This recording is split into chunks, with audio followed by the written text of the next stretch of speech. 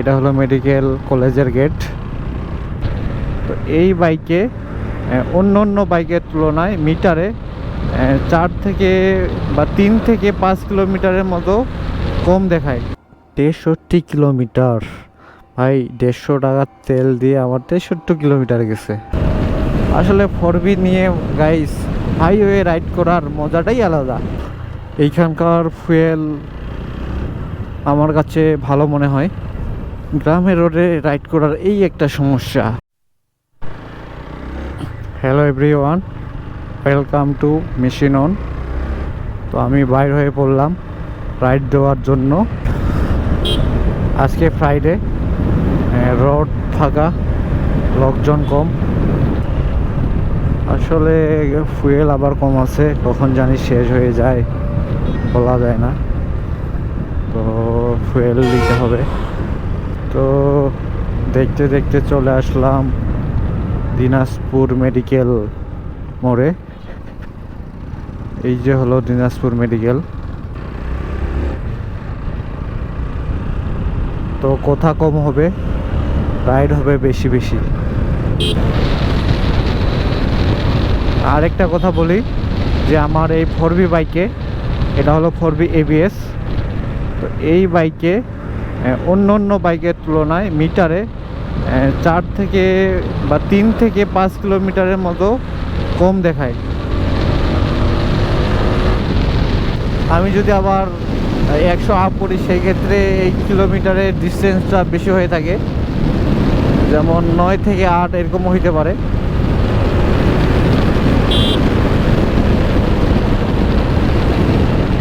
মনে হচ্ছে guys fuel ছাড়ে দিছে। হ্যাঁ, তো এখন রিজার্ভে দিতে হবে। 63 কিলোমিটার ভাই, 150 টাকার তেল দিয়ে আমার 63 কিলোমিটার গেছে। তেলে 4B মাইলেজ তো খারাপ না ভাই।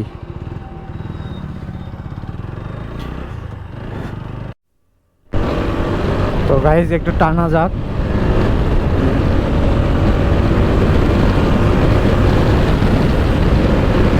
যেহেতু বাইরে হয়েছি একটু টানাটানি করার জন্য।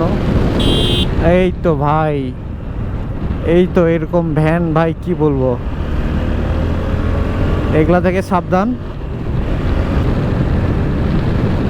এখানে কি স্পিড ব্রেকার, এখানে আবার কবে স্পিড ব্রেকার দিল।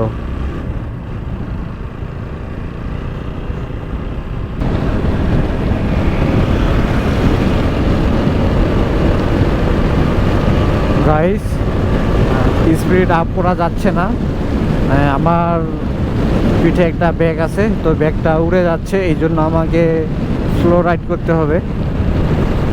প্যারা নাই, চিল চিল মোডে রাইড হবে। আসলে 4B নিয়ে গাইস হাইওয়ে রাইড করার মজাটাই আলাদা। তো চলে আসলাম কাউগা, সামনে একটা ফুয়েল পাম্প আছে, তো ওইখান থেকে ফুয়েল নিতে হবে।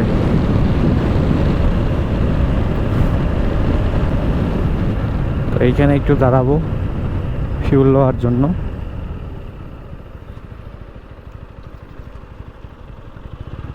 লোকজন আছে নাকি আবার বন্ধ?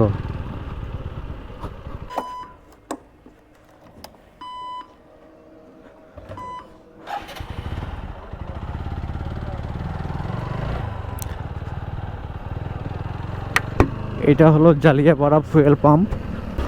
এইখানকার ফুয়েল আমার কাছে ভালো মনে হয়, ভালোই পাই। এখানকার পরিমাপটাও আমার কাছে একুরেট মনে হয়। হ্যাঁ, আরেকটা বিষয় গাইস, সেটি হলো ফুয়েলের দাম কমছে।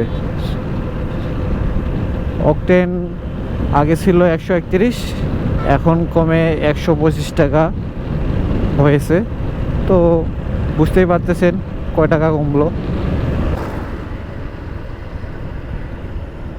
5 বাড়ি ব্রিজ, ওই যে সামনে দূরে দেখা যাচ্ছে 5 বাড়ি ব্রিজ। না, এই জায়গাটা অবশ্য ভালোই লাগে, খারাপ না। 5 বাড়ি হাট। এইখানে হাট বসে মঙ্গলবার আর শুক্রবার, এই 2 দিন।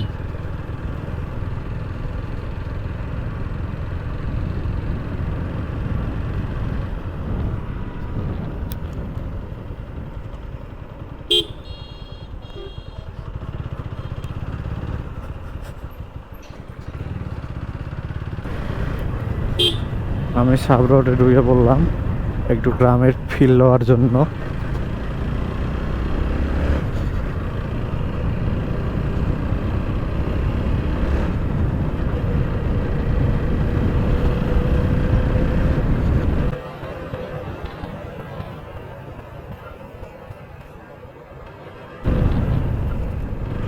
মুরগি তো একটু একটু হলেই চলে যায় তো চাকার মধ্যে।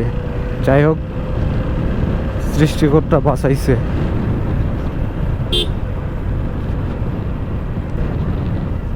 গ্রামের রোডে রাইড করার এই একটা সমস্যা, যেমন গরু, ছাগল, হাঁস, মুরগি রাস্তার পাশ থেকে দৌড় মারে সামনে চলে আসে।